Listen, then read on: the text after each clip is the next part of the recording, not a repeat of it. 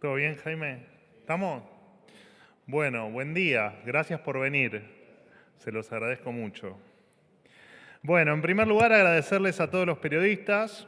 Muchos de ustedes nos vimos recién, que estuvieron presentes en el acto conmemorativo por los 131 años de la primera publicación del Boletín Oficial. Boletín Oficial, como dijo recién el secretario Herrera Bravo, es un mecanismo fundamental para la difusión de información de la normativa oficial y una fuente de consulta, por supuesto, para la prensa en particular y para los ciudadanos en general, que pueden acceder desde cualquier dispositivo electrónico y en cualquier parte del mundo al boletín oficial que recibe en promedio 1 millón de consultas por mes. Por otro lado, contarles que YPF, Sociedad Anónima, va a acompañar a través de un apoyo directo a más de 200 deportistas que van a participar de los Juegos Olímpicos y los Juegos Paralímpicos en la ciudad de París, ahora en unos días más. La compañía además ha creado una plataforma que va a brindar diferentes beneficios a todos los deportistas de alto rendimiento. De esta manera se suman nuevos sponsors para los embajadores del deporte argentino en el mundo, así que felices estamos de que se dé este apoyo a los deportistas argentinos. También queremos destacar el logro del joven Faustino Oro, un chico de apenas 10 años que se convirtió en el maestro internacional de ajedrez, en el más joven de la historia, al finalizar puntero invicto en el torneo de maestros celebrado en Barcelona, España. El joven, nuestro querido Faustino, alcanzó un logro que le permitió superar a leyendas como Fischer, Karpov, Kasparov y Carlsen. Es un orgullo nacional y un representante del talento argentino en el mundo. En otro orden de cosas, contarles que esta administración resolvió despedir a 685 empleados que formaban parte del hoy ex Ministerio de la Mujer, Géneros y Diversidad. Al asumir el 10 de diciembre del 2003, el Ministerio contaba con 1.100 empleados aproximadamente, es decir, más de los que tenían áreas como el Ministerio de Seguridad o el Ministerio de Defensa. Además, el 90% del presupuesto de este ex ministerio se consumía o se gastaba en sueldos. Del total de esos 1.100 empleados que encontramos el 10 de diciembre, el 85% ya fue eliminado. 240 empleados fueron eliminados en la primera etapa y 685 empleados en esta segunda etapa. En la tercera etapa, que llevará algunos meses más, se llevará a cabo la reducción del restante 25%.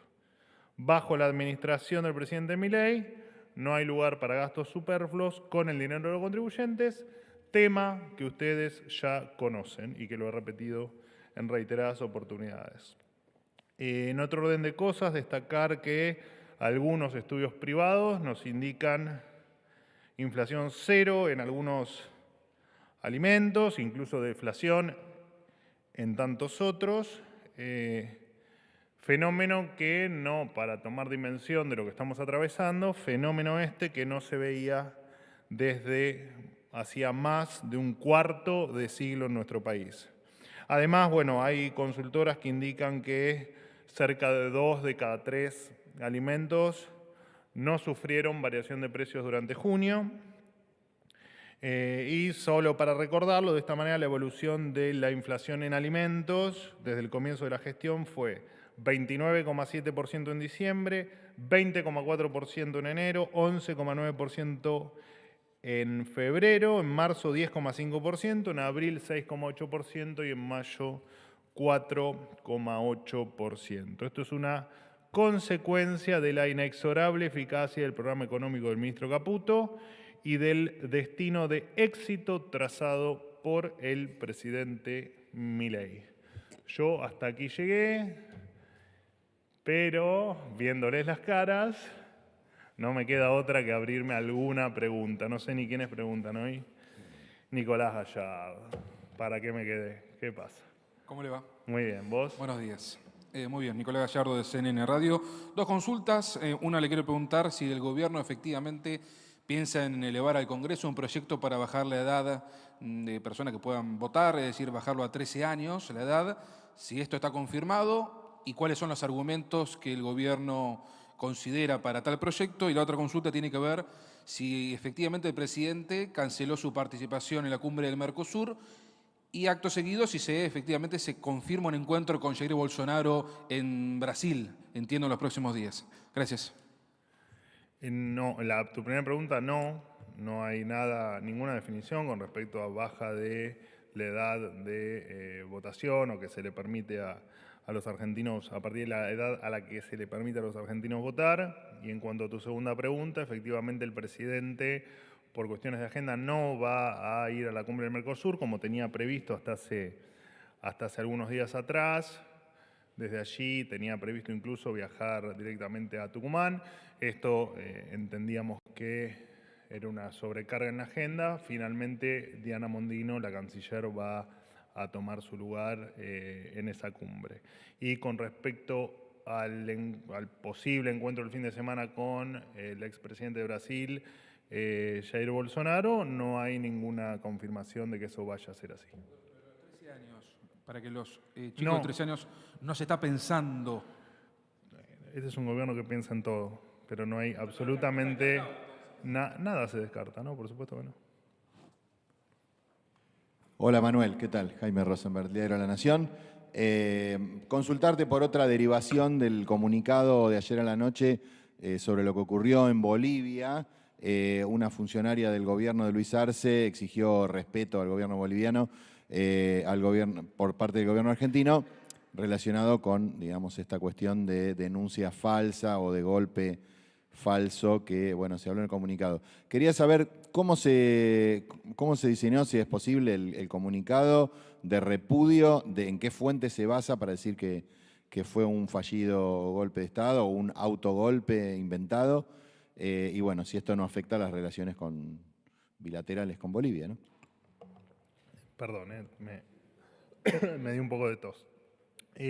A ver, las informaciones que llegan, nosotros habrán notado, fuimos extremadamente cautelosos con las declaraciones, incluso muchos de ustedes nos pedían rápidamente una reacción del gobierno en virtud de lo que estaba aconteciendo en Bolivia. Nosotros optamos por la cautela. Bueno, no solo el periodismo, ¿no? Digamos, había una sobreexigencia que el gobierno tenga que pronunciarse.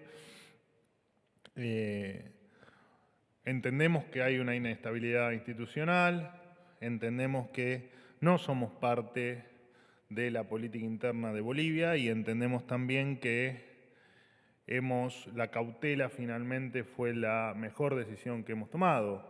En definitiva, yo lo dije cuando me hicieron una pregunta similar en la última conferencia de prensa o el mismo día de los episodios en Bolivia.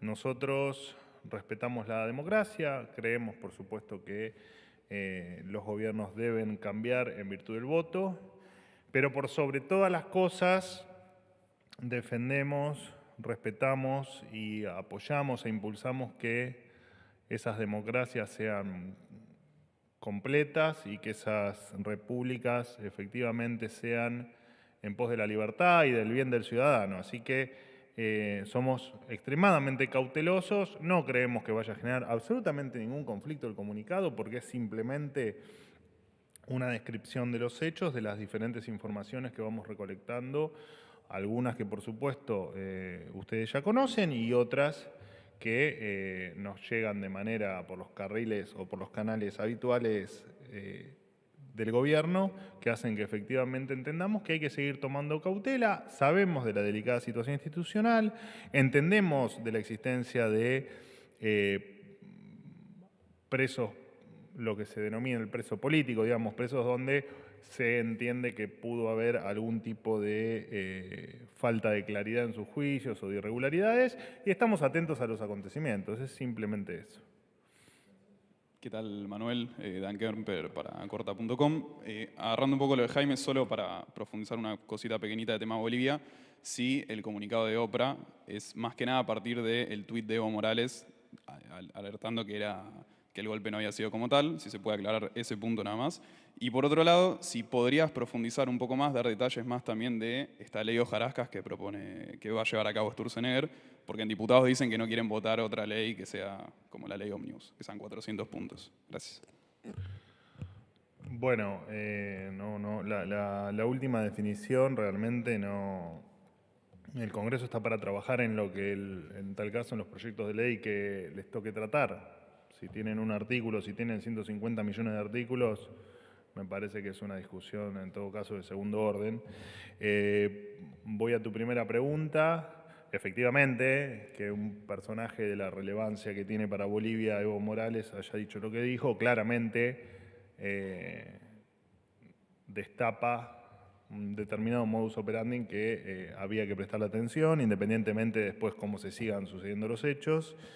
Y la ley hojarasca es precisamente una ley que todavía, bueno, en tal caso, Federico Sturzenegger o a quien corresponda al gobierno, incluso puedo ser yo también, en algún momento daremos los detalles, pero lo que originalmente esa ley propone es hacer una limpieza del sistema jurídico argentino con leyes que han quedado, o reglamentaciones o normativa que ha quedado obsoleta y que ya no tiene ningún sentido que siga existiendo, que no va a ser ni más ni menos que hacer un poco más eficiente el sistema y la lectura de las leyes. De todas maneras, va a haber un montón de leyes muy interesantes, así que van a tener mucho trabajo por delante seguramente. ¿Qué tal, Manuel? Juan Pablo Peralta, para Concepto del Litoral y Fénix Buenos Aires. ¿Qué tal? Bien. Quería consultarte, bueno, estaba mirando ahí algunos de los números con respecto a, ya que tanta ansiedad había por lo que va a ser la semana, ¿no? Los bonos en los mercados, bueno, algunos entienden que no hay una respuesta a este plan de monetización que planteó el gobierno. Pero más allá de eso, 56% de votos sacó Javier Milei y bueno, estuvo hablando justamente porque se cumple el aniversario del fallecimiento de Perón, Cristina Fernández de Kirchner, y hablaba de esto del superávit. Y más allá de que no haya dicho, quería que ampliaras un poco o explicitaras, porque comentaba que el único que piensa que el déficit fiscal es un problema es el presidente Milei y algunos empresarios que lo aplauden. Cristina Fernández de Kirchner. Y que el verdadero problema, dice ella, y entender de otros ¿no? analistas que ha criticado el propio presidente, es la falta de dólares, que se ha abierto el RI, pero que no va a ingresar supuestamente para entender de ellos ningún dólar, y que justamente Caputo venía a cumplir esa función y que, bueno, por ahora no se está cumpliendo. ¿Cuál es la mirada que tiene el gobierno nacional al respecto? Bueno, a ver, nosotros respetamos, por supuesto, la opinión de todos los ciudadanos. En el caso de la doctora Fernández, tal vez nos llama más la atención que haga un comentario de esa naturaleza, porque efectivamente, más allá de que su compañero político y su compañero de la vida, el doctor Néstor Carlos Kirchner, hacía hincapié en lo importante del equilibrio fiscal y de que las cuentas estén ordenadas, llama la atención efectivamente este comentario porque, bueno, repito, fue su compañero de vida y de hecho yo lo mencioné, lo cité en alguna conferencia hace algunos días atrás, así que es llamativo que a pesar del desastre monetario que dejaron, llama la atención que todavía haya que explicar la importancia del equilibrio de las cuentas públicas, vos lo definiste como superávit fiscal, y no, hay que aclararle a la doctora Fernández que no, que efectivamente no solo le importa al presidente, le importa a todos los argentinos, porque la decadencia argentina en parte está dada por la pérdida persistente del poder adquisitivo de la moneda que ocurre desde el 6 de enero del 2002, cuando se deroga la ley de convertibilidad y se le da la máquina de hacer billetes a los políticos y terminamos en lo que ocurrió a través de estos 20 años y que lo vemos hoy con los niveles de inflación que venimos sosteniendo. Le recuerdo a la doctora que en su gobierno, donde ella era vicepresidente, la inflación fue del 211% en el último año, que acumuló más de 1000% de inflación durante los 4 años, también diciendo que emitir no traía inflación y que en definitiva el déficit no sé qué cosas decían sobre el déficit. Bueno, acá estamos, ¿no? En este gran desastre monetario que nos han dejado, que estamos corrigiendo, por supuesto, pero que parte incluso del 50% de pobres que han dejado en el país es por responsabilidades de la política que dice estas pavadas, ¿no? De el superávit fiscal no es relevante. Así que, más allá de ser reiterativo en los conceptos, bueno, me gustaría saber qué pasa cuando ella no gasta más de lo que le ingresa, ¿no? Gana, no sé, 15 millones de pesos en jubilación. Me gustaría saber qué le pasa si todos los meses empieza a gastar 20. Bueno, todos los meses va a quedar debiendo 5. El tema es que ella no tiene la máquina de hacer billetes, entonces indefectiblemente va a estar en un problema peor. Así que, digamos, me parece que explicar el sentido común a un personaje del tamaño político que ha tenido en su momento la doctora Kirchner y que ha tenido asumando los destinos de la patria, causa también cierta pena, ¿no? Porque, digamos, es entender lo elemental, lo fundamental y lo obvio. Pero bueno, no importa, en definitiva no importa lo que ella crea, lo que sí importa es lo que nosotros creemos. Y nosotros creemos que las cuentas públicas se tienen que sostener de manera equilibrada. No vamos a gastar más de lo que tenemos. Nuestro objetivo es reducir impuestos, no subirlos. Y nuestro objetivo es terminar con la inflación, no aumentarla.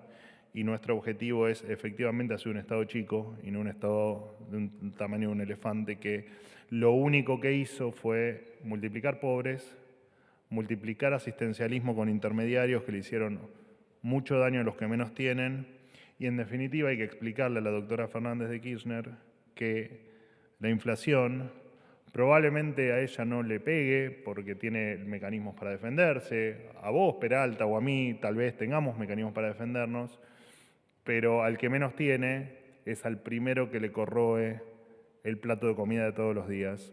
Así que cuando uno habla de superávit fiscal o de equilibrio de las cuentas públicas, estás hablando de inflación. Cuando hablas de inflación, hablas de poder adquisitivo, de pérdida de poder adquisitivo. Y cuando hablas de esa cadena de elementos, lo que estás hablando en definitiva es de cómo el que primero y más pierde es el que menos tiene. Así que cuando hablas de defender a los pobres, con algunos conceptos hay que tener cuidado porque esos conceptos le han hecho mucho daño a los más vulnerables y a los que menos tienen. He dicho. ¿Qué tal, Manuel? Buen día. Eduardo Menegazzi para Infobae. Quería consultarte por la agenda del presidente. Tengo entendido que el viernes va a ir a despedir a la delegación argentina que va a ir a los Juegos Olímpicos y consultarte, bueno, si va a ser así. Y además si el presidente está confirmado que va a viajar a París para la inauguración de los Juegos. Y algo que me quedó de la introducción que hiciste es YPF va a ser uno de los próximos sponsors de los deportistas. Si esto no se contradice en cierta manera con la política del gobierno que había dicho que las empresas estatales no iban a dedicarse a esto. Gracias. Bueno, en principio YPF no es una empresa netamente estatal. De todas maneras, con respecto al viaje del presidente, sí, efectivamente el presidente, repito, siempre aclaro lo mismo porque después tengo algún cruce con alguien con respecto a la agenda del presidente. Yo la agenda del presidente la confirmo efectivamente cuando la tengo confirmada. Lo que te puedo decir es que hasta ahora el presidente efectivamente va a viajar a París, no en el viaje original que estaba pensado con varios días de actividad, por diferentes razones que las convenimos con el gobierno de Francia. Así que parte de la agenda se va a posponer, pero sí, efectivamente, el presidente va a viajar a la inauguración de los Juegos Olímpicos a hacer la primera parte de la agenda. Y con respecto... ¿Me habías hecho alguna otra pregunta? Discúlpame. Si va a ir a despedir a la delegación argentina. No lo tengo confirmado, entiendo que es una posibilidad, pero no lo tengo todavía en agenda. Muchísimas gracias. Última. Bueno, última. Me tengo que ir. Sim, olá, vocero. Hola. Luciana, de Ahí está. CNN Brasil. Vocero, queria saber se essa decisão de não participar da cumbre, vocês já sabiam da sobrecarga de agenda a última semana quando haviam confirmado. Se tuvo alguma incidência essa discussão com o presidente Lula, que Milei volviu a chamá-lo corrupto, comunista, e dijo que no pediría disculpas. Y también preguntar si existe la posibilidad de que vaya este fin de semana a Brasil, si hay posibilidad de que se reúna con Bolsonaro y si sería en el contexto de esta conferencia de acción política conservadora o a qué iría a Brasil. Gracias. Efectivamente, es probable que con el presidente estemos viajando a Brasil el sábado. No, vuelvo a lo mismo que le dije a tu compañero Eduardo Menegazzi. ¿Mengazzi o Menegazzi? Menegazzi, está mal escrito. Cuando lo pasen, pásenmelo bien, así no quedó mal. No sé quién lo escribe, pero... ¿Ustedes mismos lo escriben en serio? ¿Ustedes escriben esto y lo escriben mal? Ay, Dios. Hay que agarrar, Lanari, me buscas los anteriores que estuvo Menegazzi, porque me huele a que copia, esta gente copia y pega. Menegazzi. Eduardo Menegazzi, está muy bien. Bueno, ¿cuál era la pregunta? No, vos, perdón.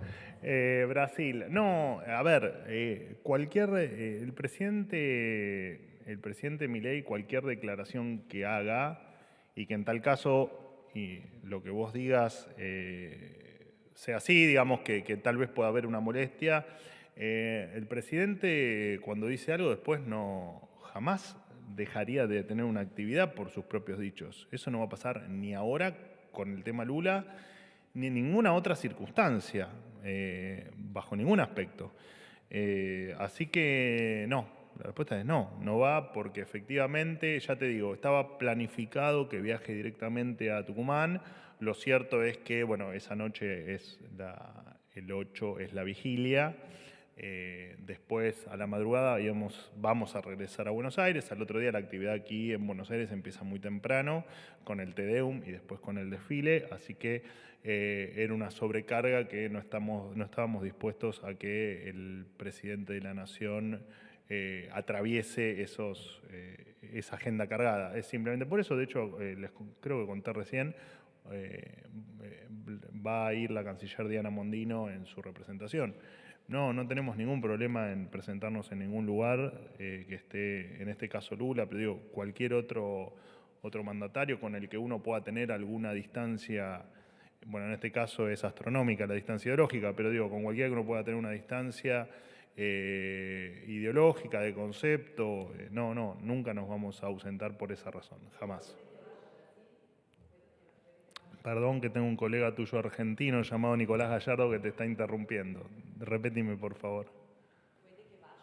Sí, el sábado estamos viajando a Brasil. No tengo ni la agenda ni los horarios, nada, pero efectivamente el sábado vamos a estar viajando, vamos a estar regresando el domingo a un evento que dentro de poco, que no nos vamos a ver con Lula, por si efectivamente algo de eso titulan en la prensa, y todavía no está confirmado si efectivamente se va o no a encontrar con Bolsonaro en el marco de este evento.